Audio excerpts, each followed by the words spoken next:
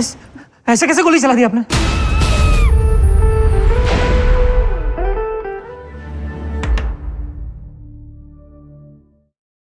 Welcome to another review from the Critics Collective. I'm the Dad Panther, variety streamer, content creator, master of none.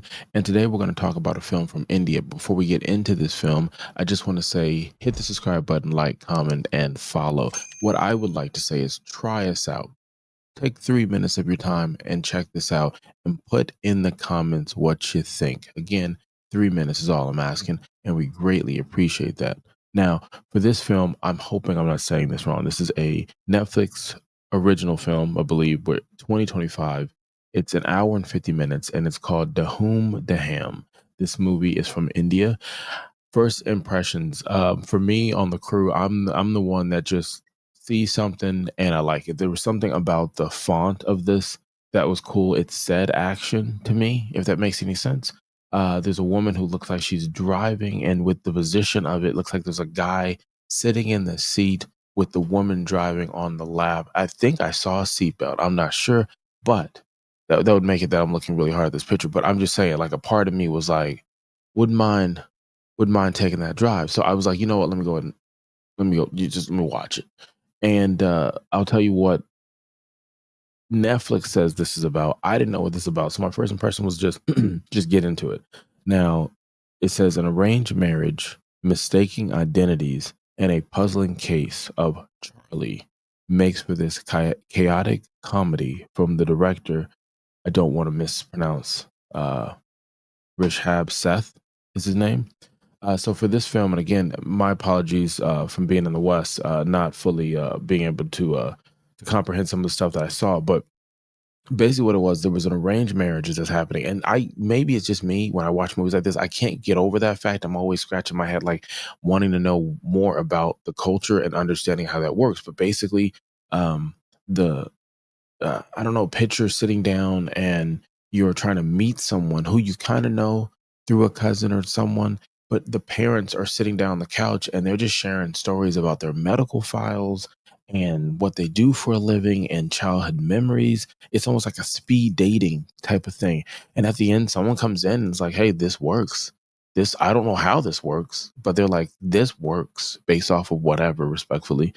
And they're supposed to get married in 2 weeks. And so you're watching what looks like a rom-com, and then it switches because of a mistaken identity. It switches to this action movie. Now, I'll go into my highs and lows in this. Now, the lows for this was it was too long of a movie, in my opinion.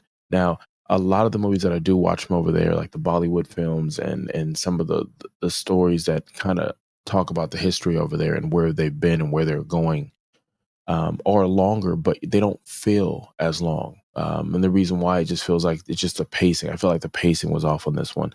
Now, the other thing I would say wrong is that this movie, you really didn't know what you were getting. At times it was romantic comedy really early on in the first act, and then it kind of got murky in that second act, the middle, and it clarified itself in the third act, not to the sense that it found itself. I think you as the viewer, you understand what this movie's about, and it's quirky, and even though it misses the steps, almost like an awkward teenager, if you would, it still, you still know what that is and you're okay with it. Now, the good thing I would say about it is I did enjoy the casting, and I have another one to go back on. The subtitles or the dub English version, I didn't like it. That's just me. No disrespect to the cast and the voice team that did it. It just didn't seem believable, if that makes sense. It seemed like they were reading. It didn't seem acting. Sometimes you get the dub and it seems like they're acting it out. This one didn't, to the point that I actually went back early on, more than halfway in the movie, and I switched it to the native language and just read the subtitles because it's not that I wanted to feel more authentic. It was nothing like that. It was like, at least let me hear the emotion that you're trying to do. And to me, it was a better experience. So let me know in the comments if that's your jam. Now, the good stuff I liked about this movie was I did like how it was shot. I liked the look. There were some of the scenes, I'm not spoiling anything, but there was a really cool driving scene. I thought it was really cool.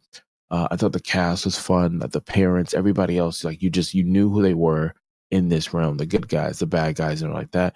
I liked it because it reminded me of a movie that came out in 2010. It was with Steve from The Office and the lead from 30 Rock. You know her name. Can't think of it right now, but put in the comments what movie that is. But it was cool because they go out on this meeting, they go pick up some coffee in a way, and everything just kind of down slides from there.